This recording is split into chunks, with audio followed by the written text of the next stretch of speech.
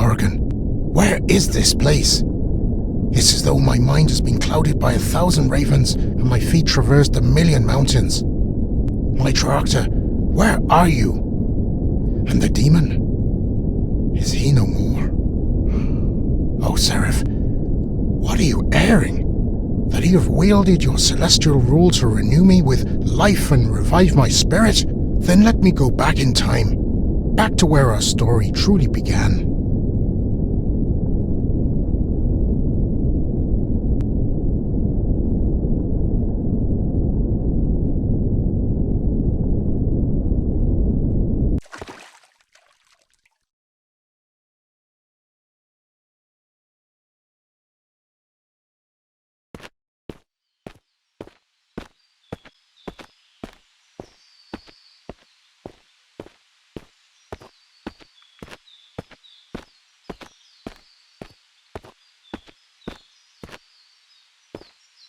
My name is Nodens, and I'm the god of hunting on my isles.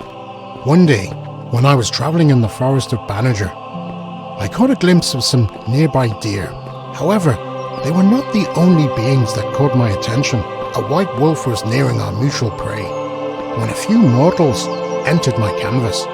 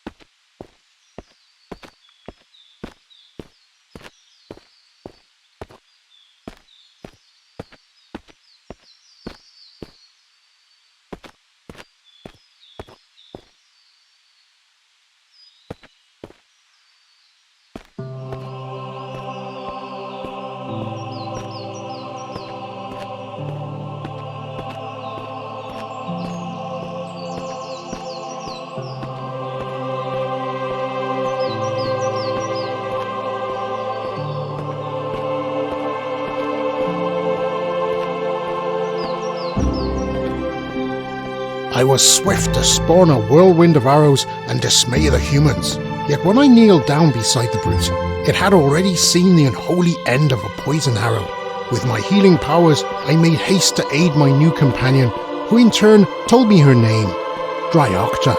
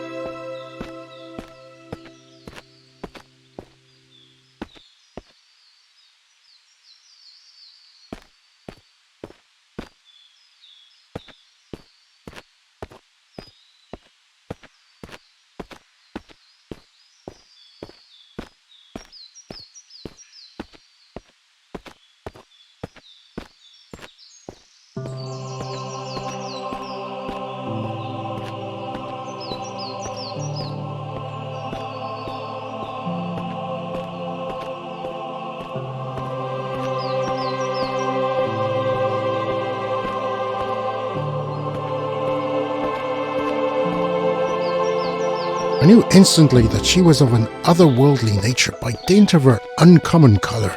She told me that she could with me partake in the creation of visions, allowing me a peek into my destiny, and perhaps later the end of my eternity. For many full moons she was my lucky charm, and I was her distinguished overseer. The souls of the woods flocked around her as if she was Abnoba herself. It was only later on that I learned that she not only attracted other animals, but also beasts.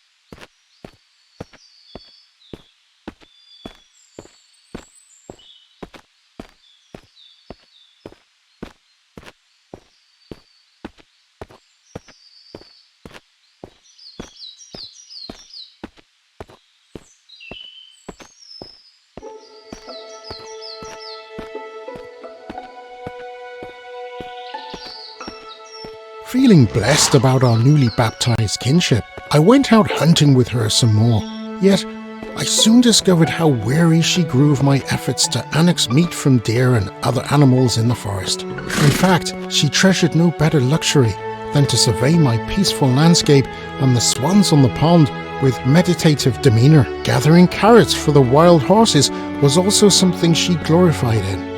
In truth, it was obvious to me that the act of slaying was deemed time-worn as opposed to the deed of loving by her.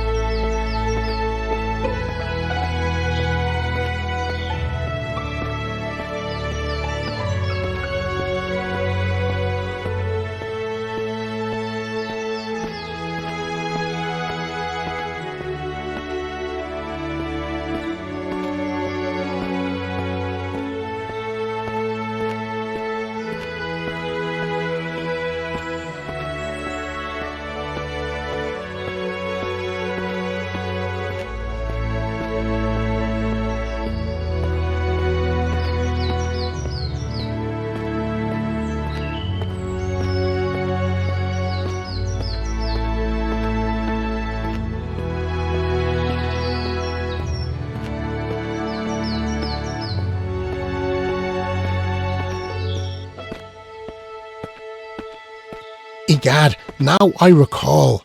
The soaring wall of Nanto Sulta, she of Winding River and sun-drenched valley. I vividly remember how the free thinkers tried to turn her image into that of a Daruga Dua, yet were taken by my mother's Anu's elite horde of the Tuatha De Danann.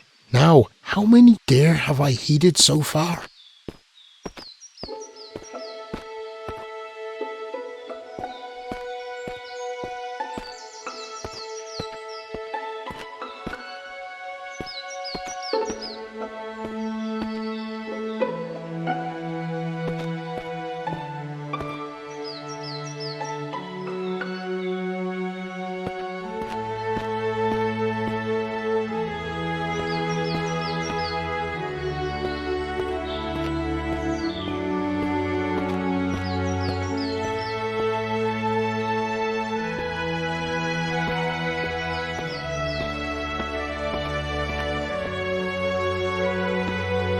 Never. Never.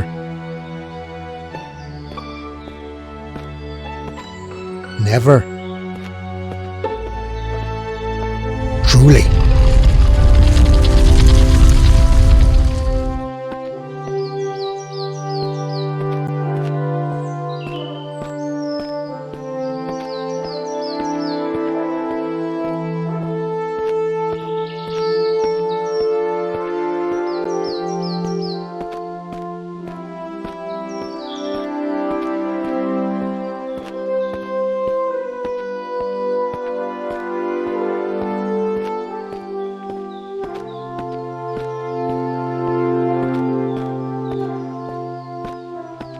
The mortal of my lands too recognised Dryocta's clemency and noted how she exerted her prophecy to reveal when the weather was changing. If the sun performed the next day, she would be elated for her omen. If the skies ere long would open with the tears of my clan, she would hide in a hollow, and all the mortals considered that amusing.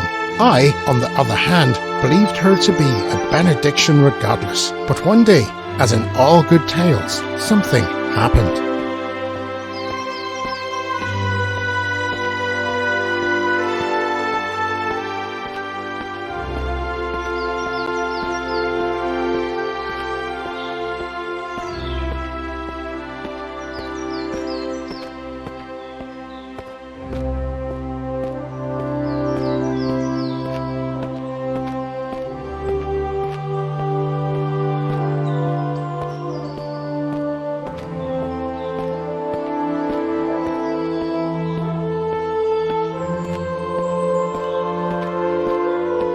I had only assembled all of the earthlings for a celebratory cave bear hunt when we encountered the mountain dragon League Nap Haste in the forest. Legend had it was invulnerable.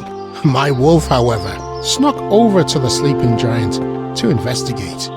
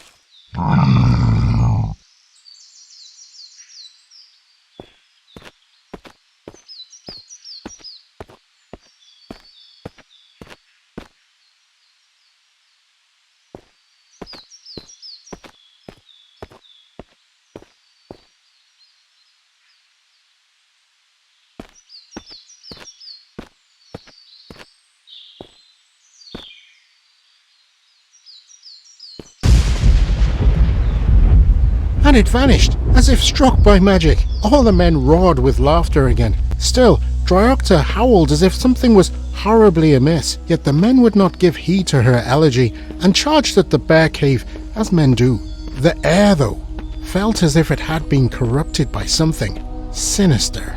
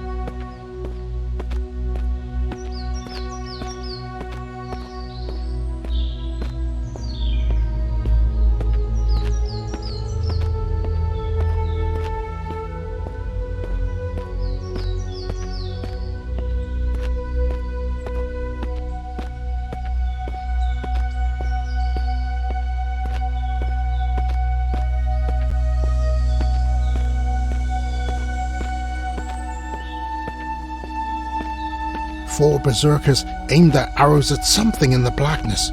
The leader drew the captured Cleave Sulish. I had bestowed upon him and ventured forth with valour. Soon a cry from him was read. When my faction arrived, we witnessed them. 2 werewolves, who had massacred the cave bears and devoured them like cats versus mice. Nevertheless, a light in their eyes persuaded me they had protected their human acumen, hope, drowned in sorrow. All of a sudden, Jeajax gifted them a small number of novel flowers, and thus they were remade as men once again.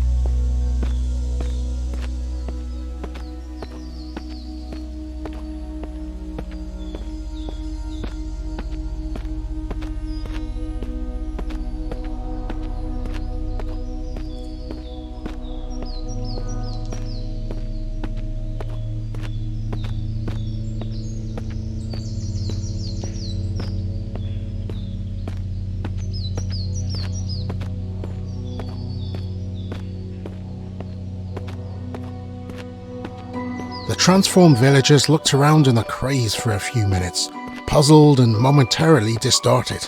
Once they realized they were human again, they embraced each other as if they had made it to Anwin itself. They were a bit abashed by Jeajax though, and I did not understand that. It's perfectly sensible to be afraid of the dark, but light, typical of whites to be misread merit.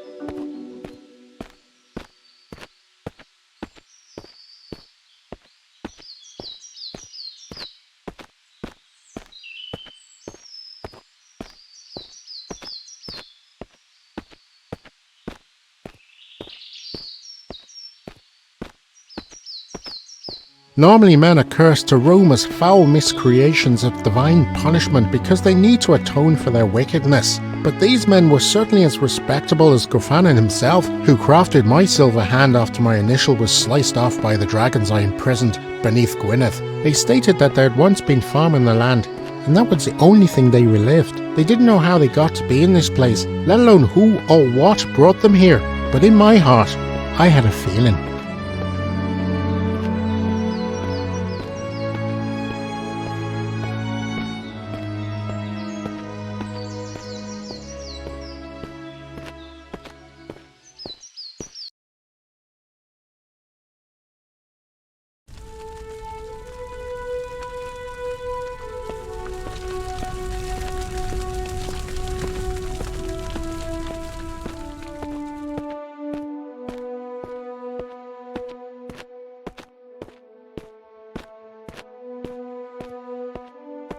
The next week, Jeajax summoned a dire precursor, a demon by the name of Crom Cruach, and his band of werewolves. The Lenach Falad were dishonouring a small village into human sacrifice as he wanted the magic possessed by my vats. I saw the blood of the innocent slither through the cracks of the land beneath them. I could not bear the sights of my own disciples butchered. Crom Cruach was one of the last diabolical forces left in my sphere. And if he and his underlings were not silenced, it could mean the end of these regions forevermore.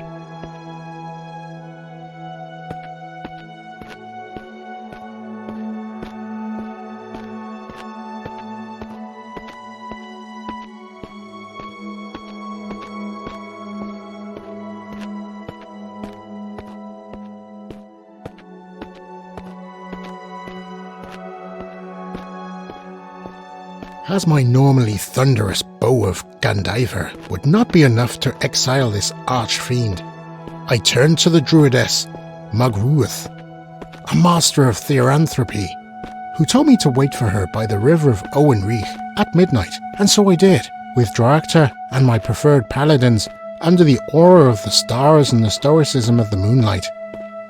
When I arrived, I eyed the most harrowing of scenes. Seemingly honest men clenching black witch flowers to their hearts and drinking from the waters which had emerged with the dark colour of obsidian.